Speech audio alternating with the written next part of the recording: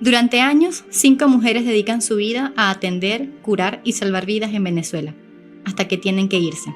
Son cirujanas, pediatras y enfermeras que de la noche a la mañana ven interrumpir sus vidas, algunas sin saber qué van a hacer ni a dónde van a dormir cuando lleguen a la terminal de su nuevo destino, apenas con un boleto y una valija. Otras buscan reinventarse a la distancia, aferradas a una vocación. En el desierto de Atacama, en Santiago o en el extremo austral de Magallanes, invierten noches y días, tiempo y sacrificio para que las reconozcan por lo que saben y volver a hacer lo que siempre hicieron, cuidar la salud de la gente.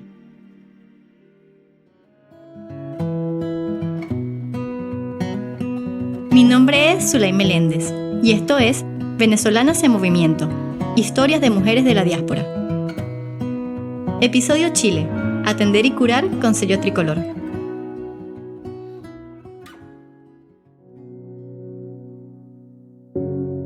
María Figueredo vive en la comuna de Tucapel, en la región de Biobío. Llegó en el 2022 y se adaptó rápido a la vida pueblerina, una que le recuerda al lugar donde creció. Montalbán, en el estado Carabobo, es un pueblo tranquilo, con mucho espacio para correr y jugar afuera, rodeado de vegetación. Por eso hoy se siente como en su infancia. Su casa queda en la entrada de un campo sembrado con árboles frutales y rodeado de valles y precordillera. Ahora, después de aventurarse en Santiago y Viña del Mar, su vida junto a su esposo y su hija es tranquila y rodeada de naturaleza. Aunque también agitada y demandada, porque María tiene una gran responsabilidad. Soy la única pediatra. No hay más pediatras ahí. Hay un médico general que también es venezolano y hay 2 matronas. Las matronas sí son chilenas. Entonces, claro, hay pocos médicos.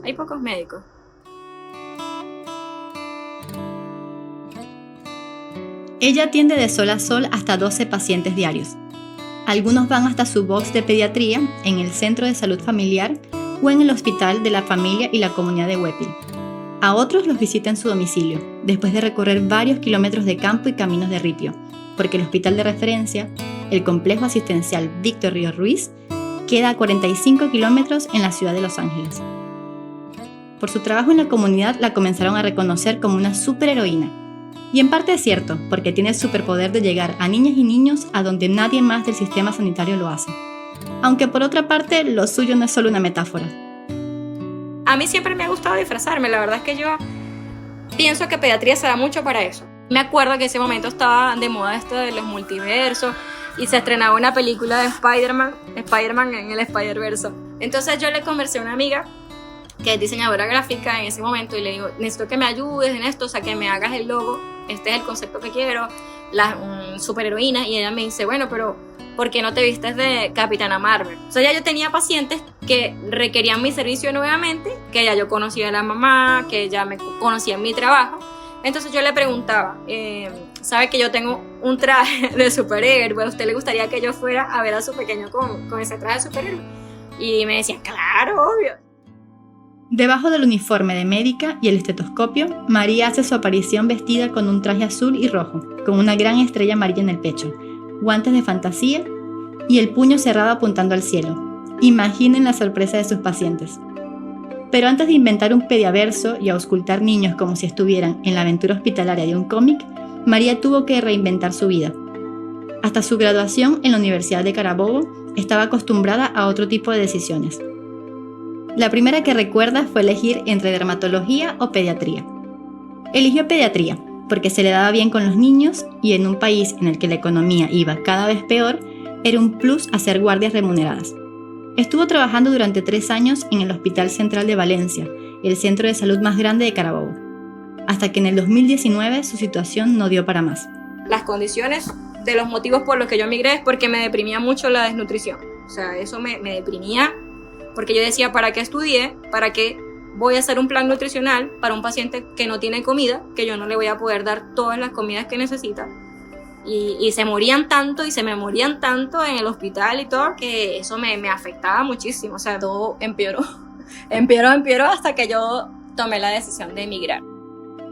La segunda gran decisión de María fue irse sola. Toda su familia se quedó en Carabobo y ella sacó un boleto para México, donde tenía amigos médicos. Arribó con su avión al Aeropuerto Internacional Benito Juárez del DF, pero cuando tuvo que pasar los boxes de control migratorio, las autoridades mexicanas rechazaron su ingreso y la regresaron a Venezuela. Meses después habló con su prima, que trabajaba en Santiago. Los pasajes no eran caros y ella le ofreció hospedaje, al menos para el primer tiempo. María entonces viajó a Brasil y desde Brasil compró un nuevo pasaje a la capital. Allí empezó una nueva aventura. En el 2019, María fue una de las 450.000 venezolanos que estaba residiendo en Chile. En ese entonces, 3 de cada 10 migrantes provenían de Venezuela.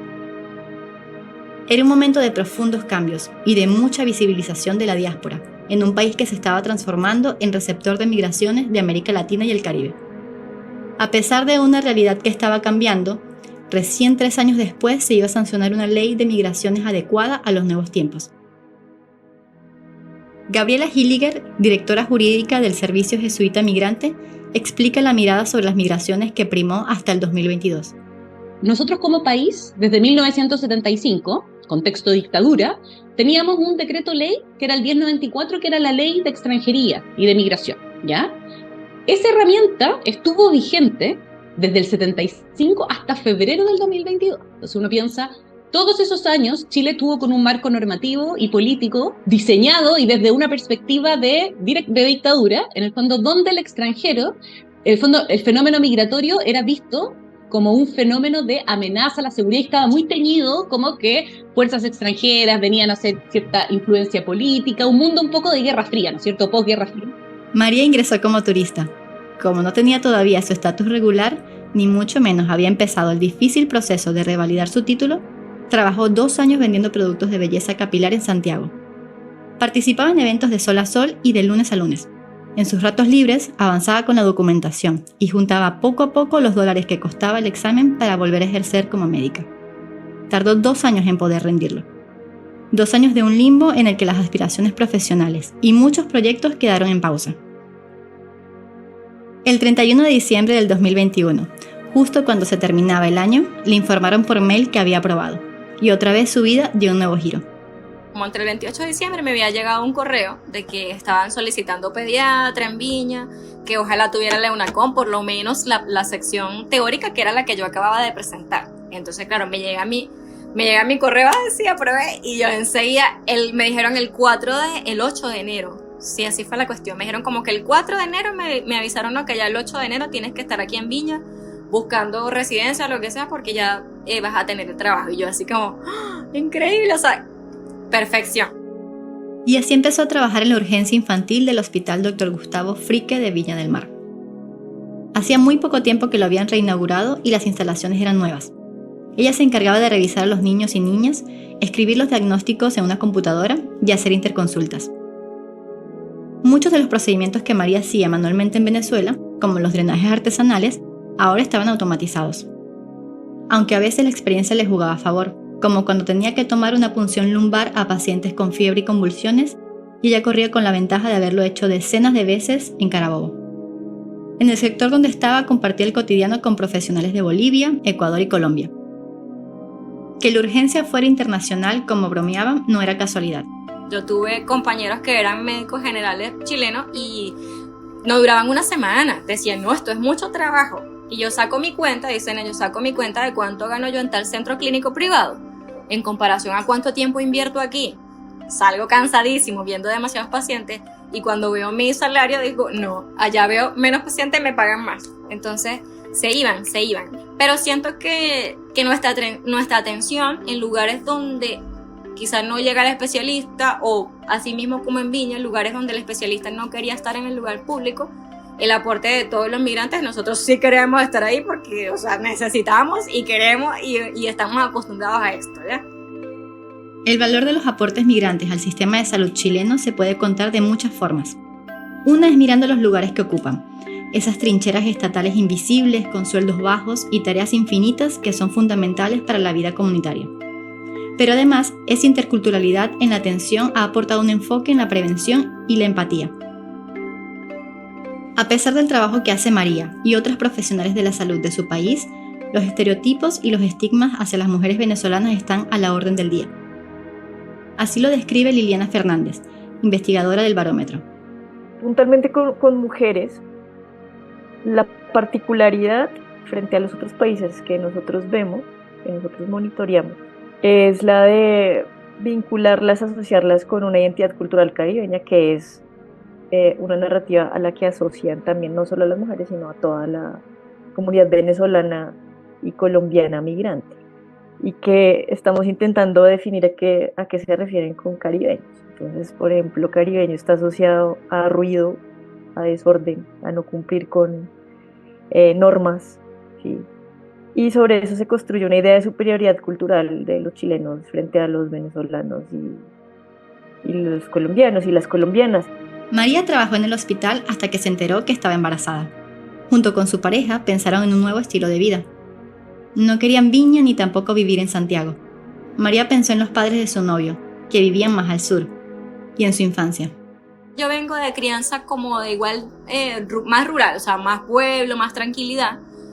Y siento que a la vez era una ventaja, porque yo veía, por ejemplo, mis compañeros que solamente eran criados como de la ciudad, o sea, del departamento, y era como, yo los veía muy limitados. Entonces yo les decía, ven, vamos al cerro, corramos por allá, la felicidad. Y todos eran felices, era como, wow, no sabíamos que esto era la libertad. Ya. Entonces yo decía, yo también quiero darle esa oportunidad a mi hija. María volvió a enfrentar un cambio de vida por tercera vez en 4 años. Esta vez a 620 kilómetros de Viña del Mar. Cuando llegó a Tucapel, encontró algo del paraíso perdido de su niñez. El resto es la historia de una superheroína.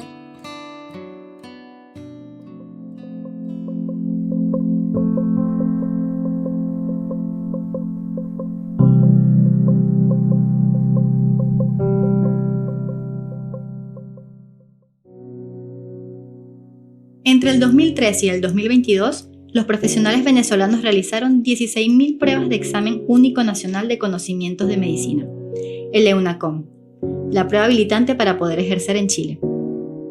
El número impresiona, pero también los rendimientos, cuenta Diego Chaparro, investigador del Centro de Políticas Migratorias. Su tasa de aprobación fue del 44% en el periodo mencionado, muy superior a otras nacionalidades, y ha ido en constante aumento. Pasaron de un 8,3% de aprobación en 2013 a cerca del 50% en el año 2022. Este avance ha facilitado su inserción en el sistema de salud chileno, particularmente en áreas donde más se necesita. A pesar de los números, enfrentar la revalida de títulos es un obstáculo central en la vida de miles de profesionales de la salud que ahora viven en Chile. Incluso, un obstáculo que puede desaparecer en función de la coyuntura. Ser reconocido por el Estado a veces es cuestión de una emergencia.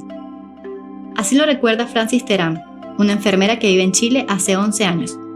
Nosotros como que nos dimos a conocer más en la época de pandemia, cuando se activó una ley que nos dieron la oportunidad a los personal extranjero de salud de ejercer mientras estaba la emergencia.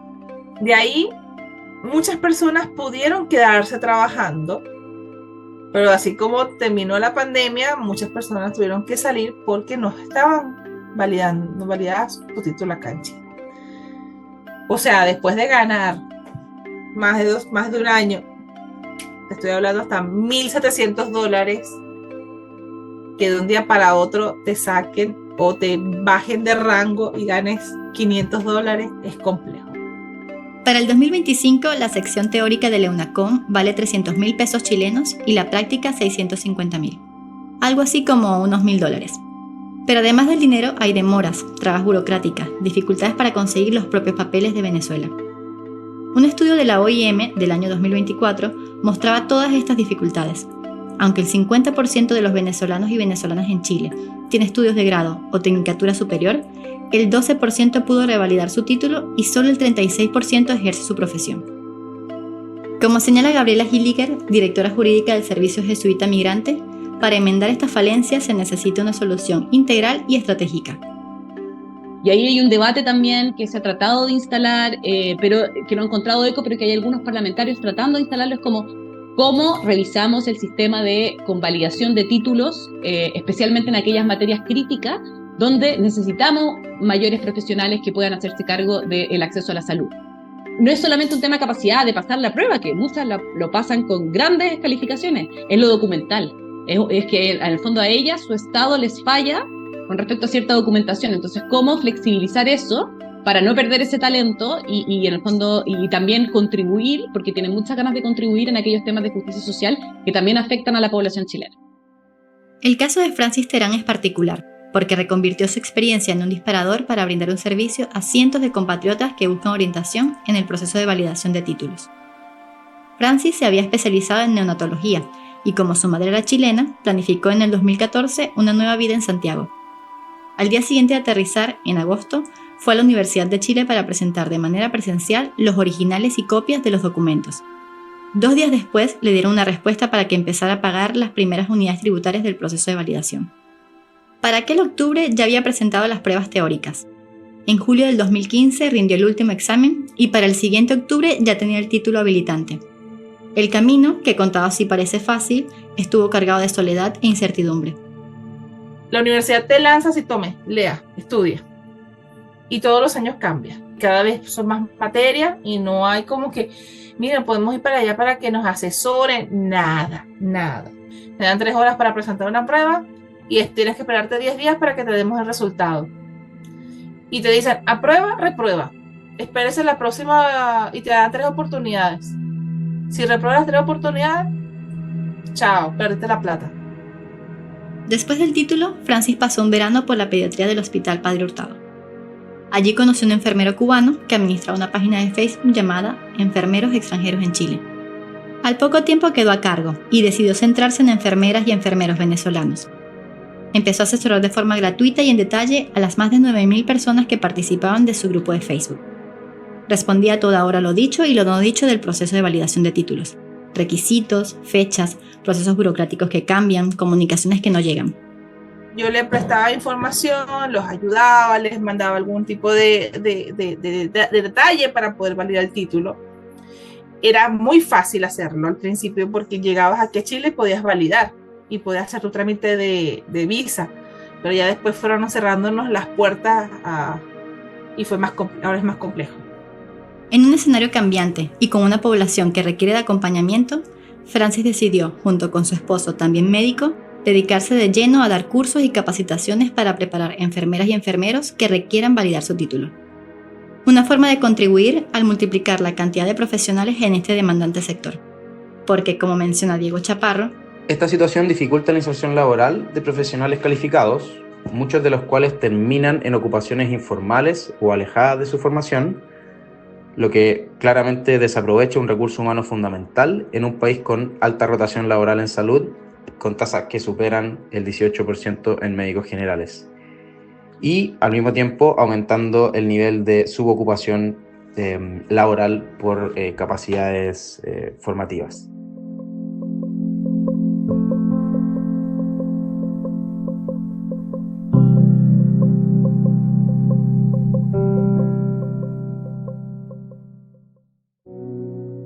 Jacques Devlin nació en Judivana, en el estado Falcón, y se egresó en la primera camada de medicina de la Universidad Francisco de Miranda, pero construyó su vida alrededor del Hospital Domingo Luciani, en el este de Caracas.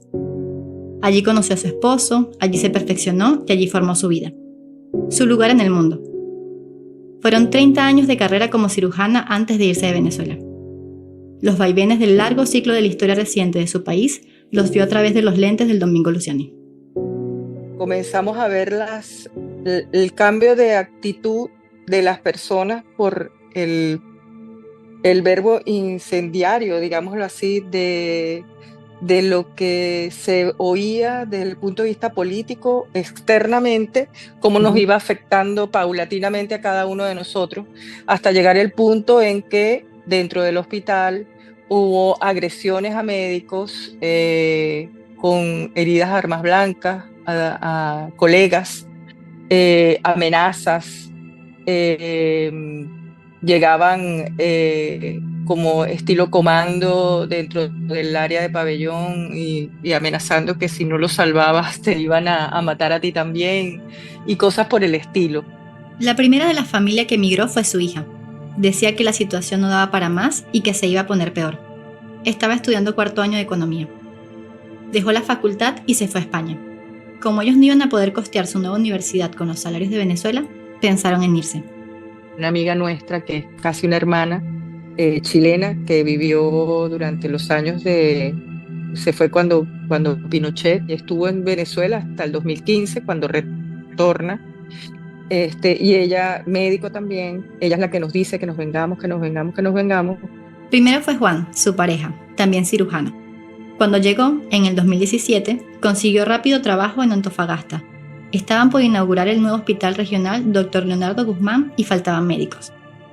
En ese momento gobernaba Bachelet y se había promulgado la reglamentación 20.985 para que los médicos extranjeros con especialidades certificadas en su país pudieran ejercer en el sector público mientras hacían su revalidación. 6 meses después llegó Jacques Deblin. El aire de la costa y la tranquilidad de la ciudad le recordaba a Falcón, pero para ella ejercer fue más difícil. Jacques Deblin pasó 1 año hasta que pudo volver a operar cuello y cabeza, su especialidad. Claro que para llegar a eso tuvo que batallar, porque ser mujer, sea en Venezuela o en Chile, significa tener que demostrar más, y más aún si eres migrante. Jacques Deblin se asentó en el hospital como especialista en cirugías de cabeza y cuello, pero cuando empezó la pandemia pasó a hacer las traqueotomías de los pacientes graves. Eran los que presentaban cuadros críticos y donde había mayor dificultad para hacer el procedimiento. Además de eso, nosotros todavía no sabíamos cómo se propagaba, así que teníamos miles de medidas de seguridad encima que nos hacían como más torpe para poder hacer la cirugía, ¿no? Fueron pasando esas cosas que eran como de protección personal, el miedo a contagiarte, y tanto fue así que la primera que se contagia en mi casa fui yo. En los primeros años, en el hospital de Antofagasta había 180 médicos. Más de la mitad eran extranjeros, y de todos ellos, 7 de cada 10 eran venezolanos. Jacques Deblin recuerda que siempre le agradecían por el trato, por la empatía. Le decían que ella trataba como si fuera un familiar de los pacientes. Aunque de a poco, el clima empeoró. Pues las cosas fueron cambiando hace más o menos 1 año, año y medio. La tónica de las redes sociales, de los medios de comunicación, fue cambiando y nos empezó a salpicar también a nosotros la xenofobia que se veía afuera, la que estaba viviéndose afuera, pues empezó a tocarnos un poco a nosotros, ¿no? Hasta tal punto en que en diciembre de este año que pasó, fue a atender a una paciente, pues, y ella dijo que ella no quería que yo la atendiera porque yo era extranjero. Las situaciones que menciona Jacques Deblin no son nuevas y han escalado en distintos momentos en Chile, como la violencia xenófoba contra personas venezolanas en Iquique en el 2021. Pero que vuelvan a tener intensidad en el 2025 enciende las alarmas. En un año electoral, la cuestión migratoria vuelve a ser un tema recurrente para aquellos que buscan culpables fáciles a las complejas preguntas por el futuro del país. Liliana Fernández, investigadora del Barómetro, lo detecta día a día en su tarea de monitorear narrativas xenófobas en el ecosistema digital. Ahorita yo miro mi correo todos los días del trabajo y tenemos eso, el sistema de alerticas. Y ahorita, no sé, en lo que viene de la mañana me han llegado unas 30 alertas de Chile desde el principio de este año. Es el auge asociado a eso, a la izquierda y a la derecha, aunque esta narrativa también ha sido constante. ¿Sí? No es... Ahorita digamos que aumenta el volumen y la recurrencia, pero es constantemente así, Piñera trajo a los migrantes, o no, el comunismo quiere a los migrantes, o sea, eso ya lo hemos visto desde antes, pero ahorita está más fuerte. Y creo que es justamente parte de toda esta atmósfera preelectoral que pues instrumentaliza la migración para generar emociones, para generar indignación, para, polarizar. Estos debates tienen un correlato tangible en el arco político y parlamentario. Si en el 2022 se había sancionado la nueva Ley de Migraciones y Extranjería, 3 años más tarde, y sin tiempo prudente para hacer una evaluación de los resultados de la nueva normativa, las aguas se vuelven a poner turbulentas, como analiza Gabriela Hilliger del Servicio Jesuita Migrante. Esta ley entra en vigencia en febrero del 2022 y no han pasado 3 años, o sea, ya pasaron 3 años, pero en el fondo tenemos hoy día, el panorama en Chile es un debate legislativo intensísimo en materia migratoria y de refugio. Y eso da cuenta no tanto de una evaluación de cuál ha sido el impacto de la ley, qué cosas han funcionado y qué no, sino que esto se mezcla con un contexto globalizado en que la migración es un punto de interés muy político y por lo tanto que aquí, más allá de una evaluación o ver si las políticas migratorias están funcionando o no, hay como una postura de la utilización del debate para decir, oye, estamos muy proactivos en este sector, vamos a modificarlo y vamos a restringir derechos, porque en el fondo lo que se ha instalado y el debate legislativo apunta mucho a fortalecer procesos de expulsión, a restringir el acceso a la frontera, pero en la discusión se extraña mucho que no hayan también cómo ha funcionado esto en términos de integración, si la promoción de la regularidad migratoria está resultando o no, etcétera. Entonces, hoy día hay muchos proyectos de ley. Yo te diría, eso sí, que el más fundamental es un proyecto que se conoce como el misceláneo, que atañe a varias modificaciones a la ley 21.325, y entre ellas es ampliar las causales de expulsión, incorporando faltas en una narrativa que se habla de las incivilidades, en el fondo. Entonces, ese es un poco en el punto en el que nos encontramos.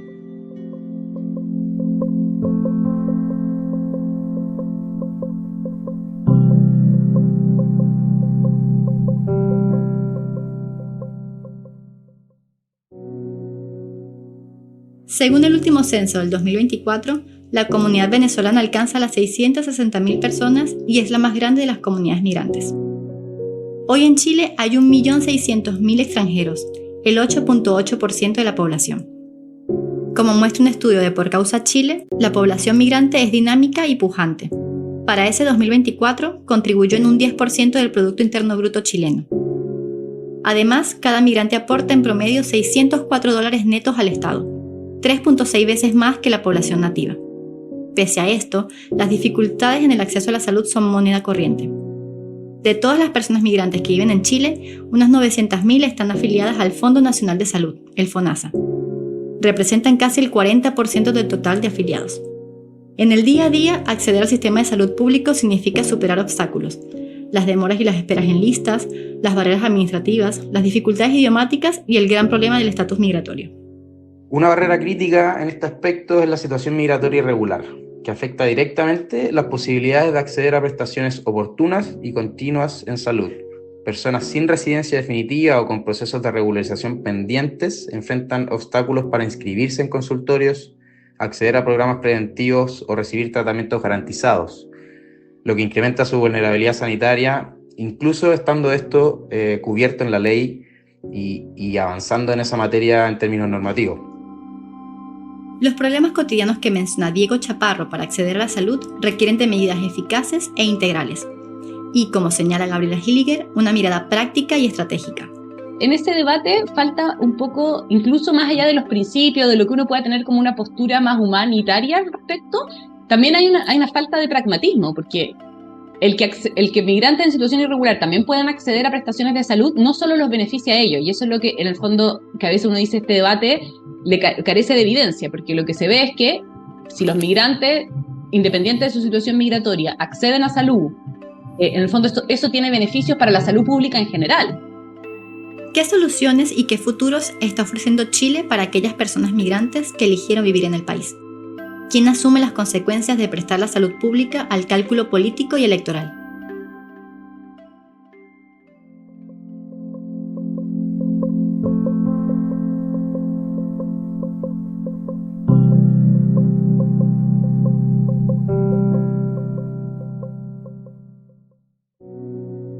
En el último rincón de Chile, en Magallanes, a casi 3.000 kilómetros de Santiago, una enfermera venezolana hace patria.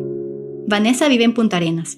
Para ella, cruzar el estrecho de Magallanes es parte de su rutina semanal. Todos los domingos sale a las 4 de la tarde y maneja 160 kilómetros, toma el ferry Patagón que la lleva a la isla. Maneja 1 hora y media por ruta de pavimento y otros 40 minutos a donde es su base semanal de trabajo, Camerón. Pueblito pintoresco de casitas pequeñitas,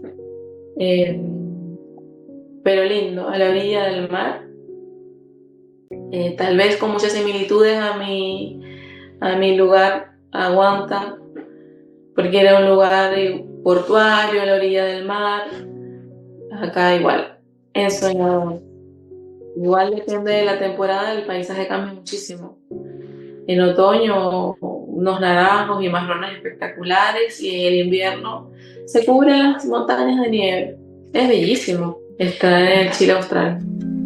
¿Qué tiene que pasar para que alguien que nació en Huanta, una ciudad del estado Anzoátegui, a orillas del Mar Caribe, en el extremo norte de Sudamérica, termine en el punto más austral del continente haciendo un trabajo que nadie más hace en un lugar donde solo el viento llega? Vanessa creció en un instituto que funcionaba dentro de la cementera Vencemos, una de las más grandes de Latinoamérica. Estudió en la Tecnicatura de Enfermería y luego se profesionalizó en la UNER, la Universidad de los Llanos Centrales. Después rotó en un largo itinerario por su estado: el Hospital Luis Racetti, el más grande de Anzoátegui, el Hospital Guaraguao, en Puerto La Cruz, y un módulo asistencial en su ciudad, Huanta. Para ella era como trabajar con la familia, donde todos, médicos y pacientes, se conocían. Vanessa trabajó en Venezuela entre el 2013 y el 2018, cuando la emergencia humanitaria compleja se hizo notar. En su ciudad, los primeros en irse fueron los profesionales médicos, y a la escasez de recursos humanos se le sumó la falta de insumos y medicamentos. Ella dice que lidiar con esas dificultades la convirtió en una profesional más integral, porque tuvo que aprender a administrar y usar mejor lo que tenía e inventar lo que no para poder seguir atendiendo. Recuerdo que de las encargadas como de dotarnos los insumos, nos llegaban las cosas contadas. Los pacientes empezaron ellos a comprar sus insumos. Era más complicado, por ejemplo, cateterizar una vía a un pediátrico, que tenías que hacerlo con mucho más cuidado porque ese catéter costaba muy caro y no todos los podían adquirir, y se adquirían uno, entonces al primer intento o a la primera punción tenías que encontrar la vena, cateterizar. En su familia, el primero en partir fue un hermano ingeniero en el 2016. Cuando empezó a trabajar en Chile, su casa mejoró económicamente. El envío de remesas comenzó a pesar a fin de mes. Y eso me impulsó de igual forma a querer aportar dentro de mi casa, a devolverle un poco a mis padres lo que ellos me habían aportado a mí durante mi formación. En el 2019, ella tomó un colectivo que la llevó de Barcelona a Caracas y de allí un avión a Perú. Le habían dicho que el trámite de validación de títulos era más sencillo y que no iba a tener dificultades para trabajar como enfermera. Pero llegar a Lima fue distinto de lo que imaginaba. Era la primera vez fuera de casa y estando ahí se dio cuenta de que ejercer su vocación iba a ser muy difícil. Estuvo 9 meses trabajando en una farmacia y en una clínica de spa, donde incursionó en los tratamientos estéticos. Cada día el trato, que voy a decir una palabra incómoda o dos palabras incómodas, tal vez racismo, xenofobia se fue agudizando. Decido emigrar a Chile, donde ya estaba mi hermano hacía un poco más de 2 años. Su hermano, ingeniero industrial, vivía en el extremo sur del país, en El Porvenir.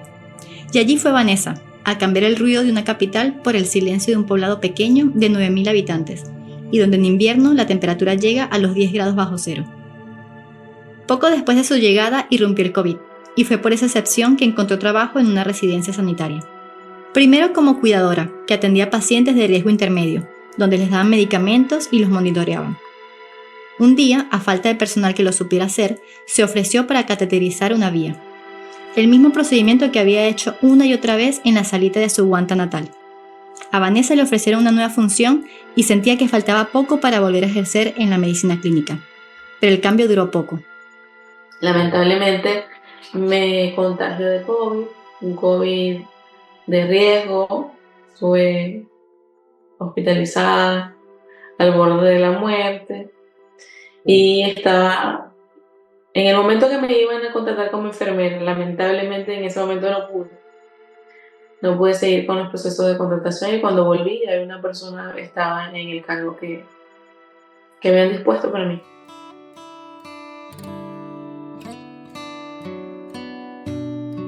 Su trabajo en la residencia no fue en vano. Una doctora la recomendó y en el 2021 consiguió un cargo como técnica de enfermería superior en la municipalidad de Timauquén. La mandaron a reabrir la posta de salud rural de la comunidad de Camerón, un centro de atención primaria de la salud a 2 horas del Porvenir. En ese momento se convirtió en la única enfermera en Chile trabajando después de la alerta sanitaria sin todavía validar su título. Llegué un 6 de agosto, en invierno, a la posta. lo recuerdo perfectamente, porque me dijeron: oye señorita, llamé para retirar mis medicamentos. Yo no sabía quién era la persona, no había registro de estas personas porque el personal que estaba anteriormente borró los registros, no sabía qué medicamentos recibía. Entonces tuve que, claro, hacer un catastro de todas las personas que vivían en la comuna, de cuáles eran los enfermos crónicos, de enfermedades cardiovasculares o de otras enfermedades, qué población objetivo teníamos, cuál era nuestra población infantil, nuestra población de adultos mayores. Fue tremendo trabajo. Según el último censo, en Camerón viven 96 personas. Vanessa calcula que sumando a las personas que trabajan y viven en las afueras son 200. Por la posta, que cuenta con boxes de odontología, ginecología y medicina general, pasaron casi todas. Además de hacer controles de salud infantil, exámenes preventivos para adultos mayores y atender enfermedades respiratorias, Vanessa recorría la comuna para entregar medicamentos para pacientes crónicos y leches para los beneficiarios de programas de alimentación. La idea de las postas es acercar la medicina o la salud a los lugares más aislados, pero es de atención primaria. Esa es la idea. Pero nosotros acá en la posta dispensamos atenciones de mayor complejidad, porque somos el único recinto de salud con el que puede contar la población. Cuando terminó su contrato en el 2023, Vanessa no había logrado validar sus estudios. De hecho, a 6 años de haber llegado al país, todavía no lo logró. Espera rendir sus exámenes, después de varias demoras, en los próximos meses. Como la municipalidad no pudo renovarle su puesto, le ofreció un cargo como administrativa en los aspectos logísticos de la posta. Hoy es la que organiza y supervisa las salidas a terreno, las agendas profesionales y las interconsultas con el Hospital del Porvenir.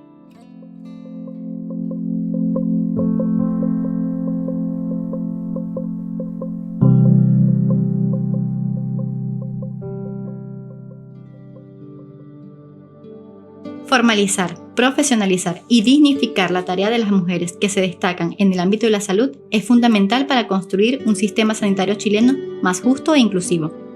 Como señala Diego Chaparro, creemos que la migración en Chile, especialmente en el ámbito de la salud, representa una de las grandes transformaciones sociales y estructurales del país en las últimas décadas. Y aunque ha venido a responder a múltiples déficits, también ha evidenciado importantes desafíos en materia de gobernanza, de integración y de equidad que hoy deben abordarse de forma decidida, alineados además al mismo tiempo con los Objetivos de Desarrollo Sostenibles que propone Naciones Unidas, particularmente con el ODS número 3, Salud y Bienestar, y con el ODS 10, la reducción de las desigualdades. Además de cumplir con los compromisos de la Agenda 2030, se trata de avanzar hacia un modelo de salud intercultural donde la diversidad sea vista como una ventaja. María Figueredo, Francis Terán, Jacques de Brindordelli y Vanessa Micel Quijada se fueron hace años de Venezuela. Todas atravesaron desigualdades y la falta de reconocimiento por estar en otro país, a pesar de cumplir funciones esenciales en el ámbito de la salud. Esperaron títulos, trabajaron a triple turno, le ganaron a la soledad y a la incertidumbre, y a pesar de sus diferencias y de los caminos que se bifurcan en su nueva vida, el futuro les sigue guardando un horizonte común: velar por la salud de las personas. Esto fue Venezolanas en Movimiento, un podcast dedicado a contar historias de mujeres de la diáspora. Si te gustó, síguenos en Spotify y escucha más episodios.